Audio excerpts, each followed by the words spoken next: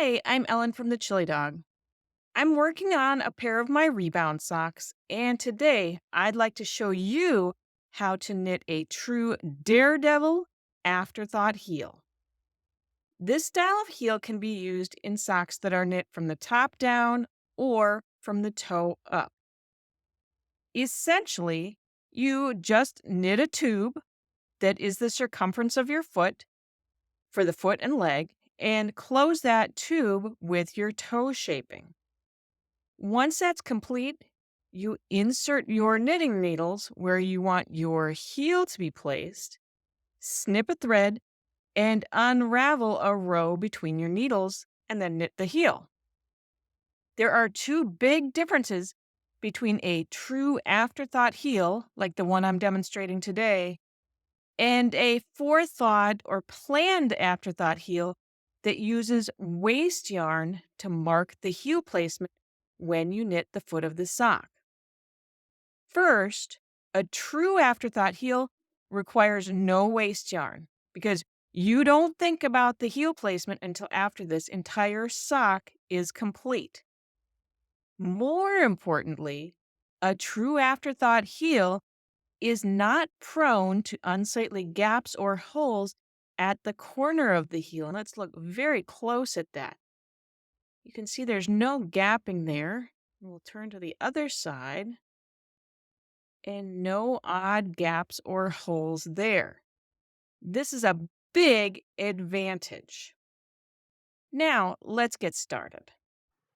Before we begin, if you'd prefer ad-free access to every tutorial in our searchable and neatly organized library, head over to thechilidog.com and join our pack. A basic membership unlocks all of our content, or treat yourself to that, plus free patterns, including all of our new releases and more. Depending on how you're shaping the toe of your sock, you may or may not need to worry about centering the heel with the toe. If your toe is shaped with evenly spaced increases or decreases, and it doesn't have any special stitch pattern across the instep, you won't need to worry about the heel being aligned perfectly with the toe. However, if your toe has a more wedge shape, made with paired increases or decreases at the sides of the foot, like the one that I'm working on, you do need to make sure that the heel is centered with the toe. I think the simplest way to do that is by placing guide markers across the sole when you're about halfway through your sock. I do that by just clipping 3 locking stitch markers around what will be the first, middle, and final column of sole stitches. The markers aren't necessarily at the right distance from the toe, but I'll be able to use them later to make sure that my heel is perfectly aligned with the toe. Before you can decide on the vertical distance between the toe and the heel, you need to know your gauge and how many rounds are in the heel shaping so you can figure out the depth of the heel. Generally speaking, you'll subtract the heel depth from the total sock length to determine your vertical placement. Since I'm using a pattern that's already been figured out, and I know that my heel belongs 5.5 inches from the color change here at the beginning of my toe. So I am going to clip another locking stitch marker that's 5.5 inches from the color change, and I'm going to make sure that it's in the same column of stitches as my guide marker. So that is going to be right here. Then I'll use my guides to also mark the sides of the heel in the same row as my center marker. So I'm just going to follow across here, go down this column,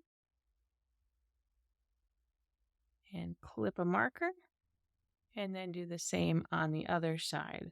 I'll go across my row and down the column, and it meets up right there. Finally, I can remove the guide markers. I like to have my sock positioned with the cuff towards me as I insert my knitting needles into the heel stitches. And since he's have a longer leg, I'm going to roll up that cuff a little bit.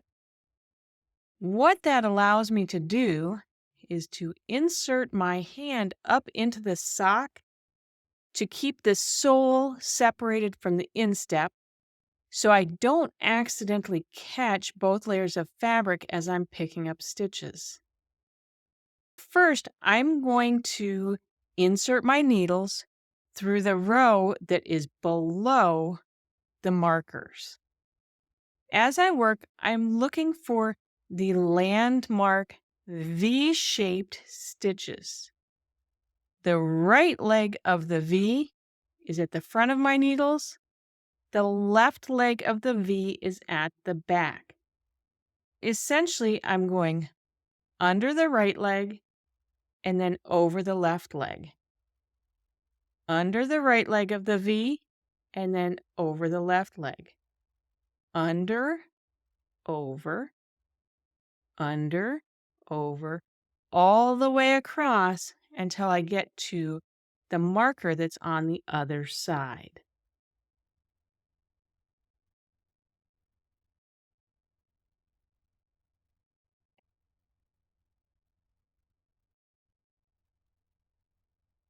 And I know I'm at the end when I've picked up the right leg of the stitch that's underneath that marker. Next, I'm going to insert my needles through the row that is above the markers. Again, I'll insert my hand up into the sock. And again, I'm looking for those landmark V stitches. So I'll go under the right leg and then over the left leg. Under, over, again, all the way across to the other side of the sock.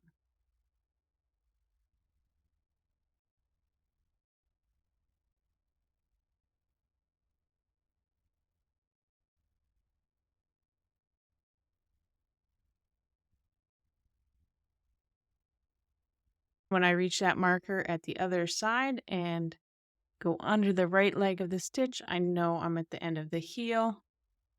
And then I can just pull my needles through. And I've picked up the stitches that are both under the markers and the row that's over the markers. After your needles are in place, it's time to make the cut at the center of the heel. This is the part that's a little scary the first time you do it. I'm going to lift that center marker up and snip one of the lifted legs. If this still makes you a little nervous, you can try hooking the marker around just one leg of the stitch. Like that. I'm going to lift up that lifted leg and then just make a little snip. Make sure you're not cutting your cord or any other stitches. And just snip the yarn. Now, with a spare knitting needle or a tapestry needle, I'll unravel across that row of stitches from the center to each side. So very carefully, I am just going to use my needle and just unravel across the stitches. And nothing's going to come unknit because you have your stitches held on the cords there.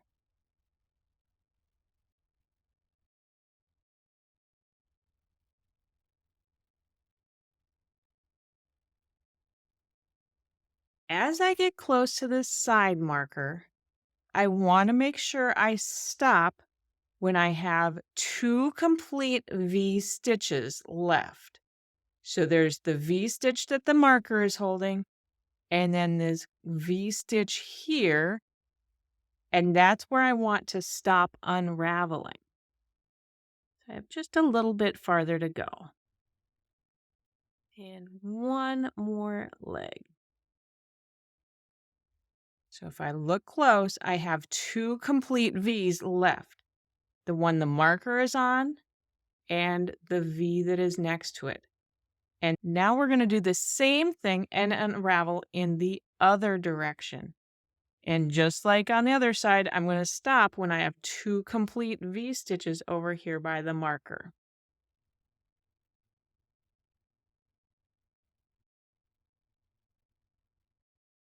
As I start getting close to the side, I'll just double check where I am so that I don't unravel too far.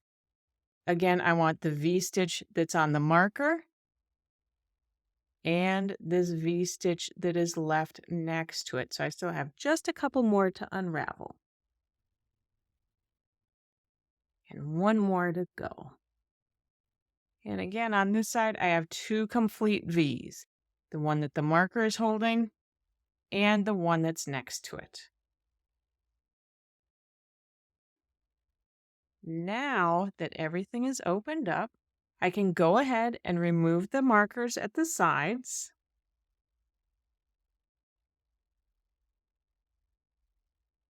I have my 2 yarn tails that I just unraveled. For now, I'm just going to tuck those inside the sock. Later, when the heel is complete, those yarn tails will be woven in on the wrong side. Since this type of afterthought heel is not prone to gaps or holes at the corners, and there are no special increases or decreases required in the first round of knitting, the yarn for knitting the heel can be joined anywhere in the round. However, I usually still prefer to join it at the center of the heel on what will be the bottom of the foot. That's right here. Let's turn things.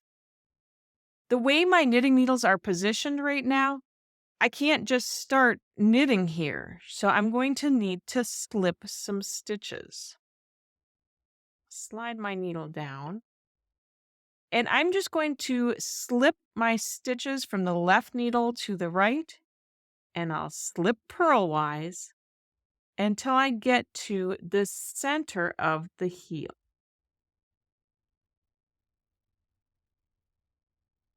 Once I get to the center of the heel, I need to join a new yarn.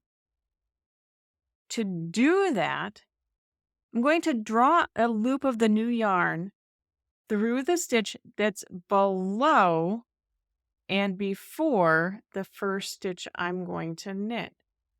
I'm just going to put a crochet hook right through there as a guide. I'll hook my yarn and pull a loop through.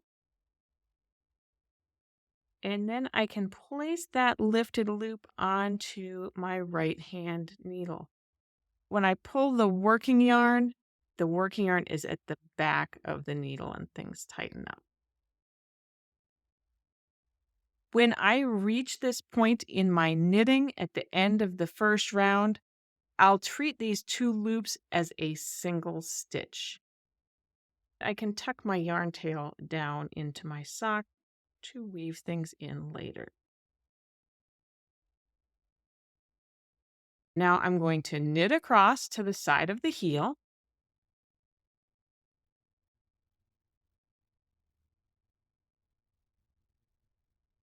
I don't need to do anything special at the gap. I'm just going to rotate and then knit across the stitches that are going to be at the back of my heel.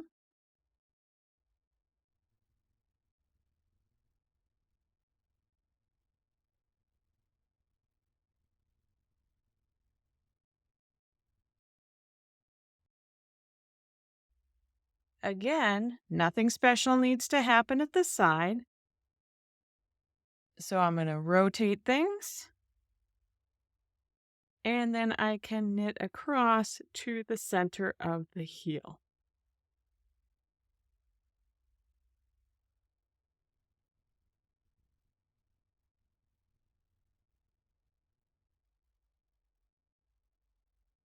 When I get to that final stitch where I joined my new yarn, I'm just going to treat these 2 loops as if they're one single stitch and knit them together. From this point, I can knit the remainder of my heel as directed by my pattern. I hope you enjoyed learning how to knit a true afterthought heel. If you enjoyed this lesson, make sure to share it with your knitting friends. If you'd like to try a Daredevil afterthought heel in a pattern, head over to the shop section of thechilidog.com and look for my Rebound socks. Until we stitch again, happy knitting.